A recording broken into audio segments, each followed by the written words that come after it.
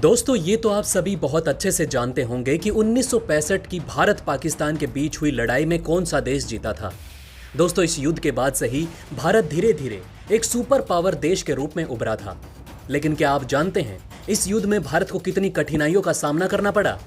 दोस्तों अगर आप ये नहीं जानते तो दोस्तों आज मैं अपनी इस वीडियो में आपको उसी के बारे में बताने वाला हूँ, इसलिए इस वीडियो में अंत तक जरूर बने रहें। आज हम 1965 में भारत पाकिस्तान के बीच हुए युद्ध के बारे में विस्तार से जानेंगे। लेकिन दोस्तों वीडियो को शुरू करने से पहले भारत के उन वीर जवानों को सलाम करते हुए कमेंट बॉक्स में वंदे मातरम जरूर लिखिएगा। तो दोस्तों जब सन 1962 में चीन ने अचानक भारत पर जोरदार हमला कर दिया था, धोखे से किए गए इस हमले में भारत को करारी हार का सामना करना पड़ा था, जिसकी वजह से हमारा भारत देश और भारतीय सेना के हौसलों पर गहरा असर पड़ा। और जब 1964 में भारत के पहले प्रधानमंत्री जवाहरलाल नेहरू का देहांत हुआ, तब पाकिस्तान ने सोचा कि अब भारत का सुरक्षा तंत्र कमजोर हो चुका है। पाकिस्तान ने इस वक्त का पूरा फायदा उठाकर कश्मीर पर कब्जा करने का दावा चला और इसी वजह से शुरुआत हुई 1965 के भारत पाकिस्तान युद्ध की। तो चलिए दोस्तों एक नजर उस पर भी डाल लेते हैं जिस वक्त दूसरे विश्व युद्ध के बाद दुनिया का सबसे खतरनाक टैंकों का युद्ध पंजाब के असल उत्तर गांव में हुआ था। दोस्तों कुरुक्षेत्र के जैसे ही ये रणभूमि भी एक ऐतिहासिक रणभूमि है। आज से 56 साल पहले इसी गांव में 1965 का भारत पाकिस्तान युद्ध हुआ था और सभी युद्ध भूमियां पवित्र हो जाती है क्योंकि सैकड़ों वीरों के जवानों से ये सींची जाती है। 1965 के युद्ध के बाद आज यहाँ कितनी शांति है, लेकिन यहाँ हम अंदाजा नहीं लगा सकते कि आज से 56 साल पहले इस रणभूमि पर मिट्टी के गुबार उठे थे। चारों तरफ सेना धावा बोल चुकी थी, घायल सैनिक चीख रहे थे और कई सैनिक जमीन पर गिरे आखिरी सांसें ले रहे थे। दोस्तों यहाँ एक दो बैटल टैंक नहीं बल्कि सैकड़ों टैंक बिजली की तरह गरज रहे थे।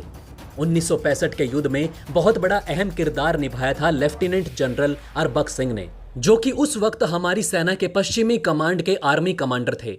उन्होंने 1965 युद्ध की सभी बातों को अपनी आत्मकथा की किताब में लिखा है। तो चलिए दोस्तों अब जान लेते हैं 1965 के युद्ध में इस्तेमाल किए गए मेन बैटल टैंक के बारे में। दोस्तों यूं तो उस वक्त भारत के पास 608 और पाकिस्तान के पास 756 टैंक मौजूद थे। दोस्तों याद रखिएगा कि इन पाकिस्तान के 756 टैंकों में 352 उस वक्त के सबसे अत्याधुनिक M47 और M48 बैटल टैंक थे। इन टैंकों के मुकाबले भारत के पास सिर्फ 142 सेंचुरियन टैंक थे और हमारे बेड़े में बाकी बचे टैंक दूसरे विश्व युद्ध के पुराने शर्मन टैंक और फ्रांस से खरीदे गए AMX 13 थे, जो कि पाकिस्तान के उस वक्त के एडवांस टैंकों का मुकाबला नहीं कर सकते थे। 1965 के युद्ध में टैंकों में पाकिस्तान का पलड़ा काफी भारी था। अब एक नजर डाल लेते हैं युद्ध में इस्तेमाल किए गए तोपों के ऊपर। तो यूं तो दोस्तों भारत के पास कहने के लिए 628 और पाकिस्तान के पास 552 तोपें थी, लेकिन याद रखने की बात यह है कि भारत की आधी तोपें 1962 युद्ध के बाद चीन के खिलाफ तैनात थी। सबसे खतरनाक बात तो यह थी कि पाकिस्तान के पास 174 मीडियम और हैवी वेट तोपें थी, जिनमें अमेरिकन 155 मिलीमीटर होविट्जर, 155 mm की गन और सबसे खतरनाक 8 इंच की सुपर हैवीवेट तोप मौजूद थी। इनके मुकाबले भारत के पास केवल 112 5.5 इंच की मीडियम गन और 7.2 इंच की होविट्जर मौजूद थी। युद्ध में आगे चलकर पाकिस्तान के मीडियम और हैवी वेट तोपों ने हमारी सेना को काफी नुकसान पहुंचाया था। दोस्तों आप जानते हैं 1965 युद्ध के दौरान भारत पाकिस्तान दोनों देशों की हवाई ताकत के बारे में। दोस्तों भारतीय वायुसेना में 309 और पाकिस्तानी वायुसेना में 152 कॉम्बैक्ट एयरक्राफ्ट थे।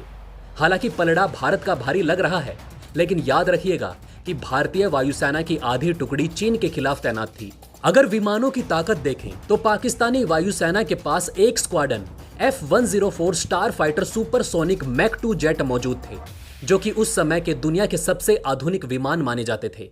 इसके जवाब में भारत के पास रूस से MiG-21 विमानों को खरीदा, लेकिन ये विमान भारत आ ही रहे थे कि युद्ध शुरू हो गया। पाकिस्तानी वायुसेना की असली ताकत थे उसके 8 स्क्वाड्रन F-86 सैब्रे फाइटर जेट, जो कि कोरिया के युद्ध में अपनी ताकत और जौहर दिखा चुके थे। इनके मुकाबले में भारतीय वायुसेना के पास केवल 6 स्क्वाड्रन थी, जिनमें से 2 स्क्वाड्रन चीन के खिलाफ तैनात थी। बाकी हमारे पास G-NET के 5 स्क्वाड्रन थे, जो कि केवल हवाई सुरक्षा में काम आते थे, और बाकी जितने भी फाइटर जेट वायुसेना में शामिल थे, मतलब कि 6 स्क्वाड्रन वैम्पायर, 5 स्क्वाड्रन मिस्ट्री और 3 स्क्वाड्रन तूफानी, ये सब सोनिक विमान थे, जो ग्राउंड अटैक के लिए तो ठीक है, लेकिन हवाई लड़ाई में पाकिस्तान के सैब्रे जेट के सामने टिक नहीं सकते थे। जनरल हरबख्श सिंह का मानना था कि हथियारों में इतने गैप को देखकर ही पाकिस्तान ने 1965 में हमला किया। इसके अलावा भारत उस वक्त सूखे, अकाल और महंगाई की मार को भी झेल रहा था। जवाहरलाल नेहरू जी के देहांत के बाद भागदौड़ को संभालने के लिए लाल बहादुर शास्त्री जी को चुना गया, जो अपने पड़ोसी देशों के साथ अच्छे संबंध और शांति चाहते थे। इसी के चलते लाल बहादुर शास्त्री जी ने पाकिस्तान के राष्ट्रपति अयूब खान से बातचीत भी की, लेकिन पाकिस्तान ने भारत पर 4 चरणों में हमला करने की योजना बनाई। पहले चरण के तहत पाकिस्तानी सेना अपनी पसंद के तहत एक इलाके को चुनकर हालात को समझने के लिए हमला करेगी। दूसरा, कश्मीर पर हमले को कश्मीरी लोगों के विद्रोह का नाम दिया जाएगा। तीसरा, अखनूर पर कब्जा कर भारतीय सेना के रसद पहुंचाने के रास्ते को बंद किया जाना था। और आखिरी सबसे बड़ी योजना थी अमृतसर पर हमला करके कब्जा किया जाए। अमृतसर पर कब्जा करने के बाद पाकिस्तान भारत के साथ कश्मीर के बदले अमृतसर का सौदा करना चाहता था।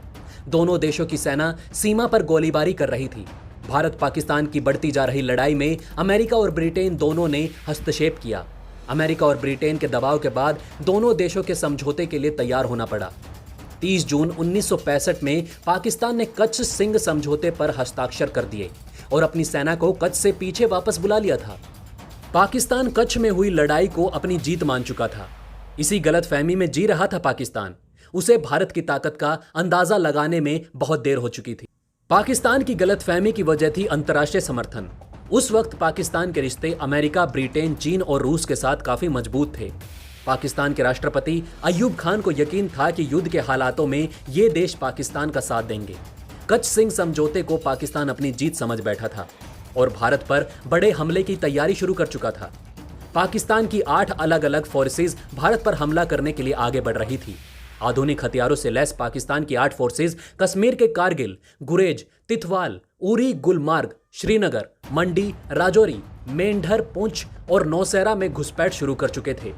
दूसरी तरफ पाकिस्तान को अमेरिका अपने अत्याधुनिक हथियारों से लैस करा रहा था, लेकिन पाकिस्तान ये भूल गया था कि किसी देश की असली शक्ति उसके सैनिकों के हौसलों में होती है, हथियारों में नहीं। अब दोनों देशों के बीच युद्ध छिड़ चुका था। इस जबरदस्त लड़ाई में भारतीय सेना ने शौर्य और बलिदान का प्रदर्शन किया और इस युद्ध में भारत ने इतिहास में अपना एक विशिष्ट स्थान बना लिया। कश्मीर में पाकिस्तान के हमले के जवाब में भारत ने पूरे पंजाब सीमा पर जबरदस्त हमला किया। भारत का लक्ष्य था पाकिस्तान के लाहौर तक पहुंचना, लेकिन पाकिस्तान ने जवाबी कार्रवाई में पंजाब के असल उत्तरगांव में टैंकों से हमला कर दिया। पाकिस्तान अमेरिका से मिले आधुनिक टैंकों की वजह से सोच रहा था कि वो युद्ध जीत जाएगा, लेकिन भारतीय सेना ने अपनी चालाकी और बहादुरी से पाकिस्तान की पूरे तरीके से कुचल कर रख दिया। इस युद्ध में अमेरिका से मिले पाकिस्तान को 100 आधुनिक टैंक कबाड़ बन चुके थे। पाकिस्तान ने इतिहास में जितने भी युद्ध हारे थे, उन सभी में ये युद्ध भी शामिल है।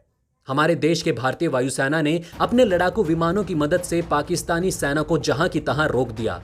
भारतीय वायुसेना ने अपने से बेहतर पाकिस्तानी वायुसेना के विमानों के साथ भीषण युद्ध किया और पाकिस्तानी वायुसेना के हौसलों को भी तोड़ कर रख दिया और पाकिस्तान के आधुनिक विमान को भी कबाड़ में बदल दिया।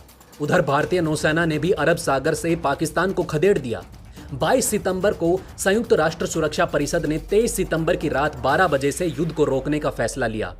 कश्मीर, पंजाब, राजस्थान और गुजरात में लड़े गए युद्ध में भारत ने 1920 वर्ग किलोमीटर क्षेत्र में अपना कब्जा स्थापित कर दिया, जबकि पाकिस्तान के हाथ 540 वर्ग किलोमीटर का क्षेत्र ही लगा। इस युद्ध में भारत के 2862 बहादुर पुत्रों ने अपनी मातृभूमि की सुरक्षा के लिए अपनी जान को न्योछावर कर दिया। 211 सूरवीरों को वीरता पुरस्कार से सम्मानित किया गया, जिनमें से एक महान सूरवीर थे हवलदार अब्दुल हमीद। 1965 के युद्ध में भारत का ये जवान पाकिस्तान की पूरी टैंक रेजिमेंट से अकेला ही भिड़ गया।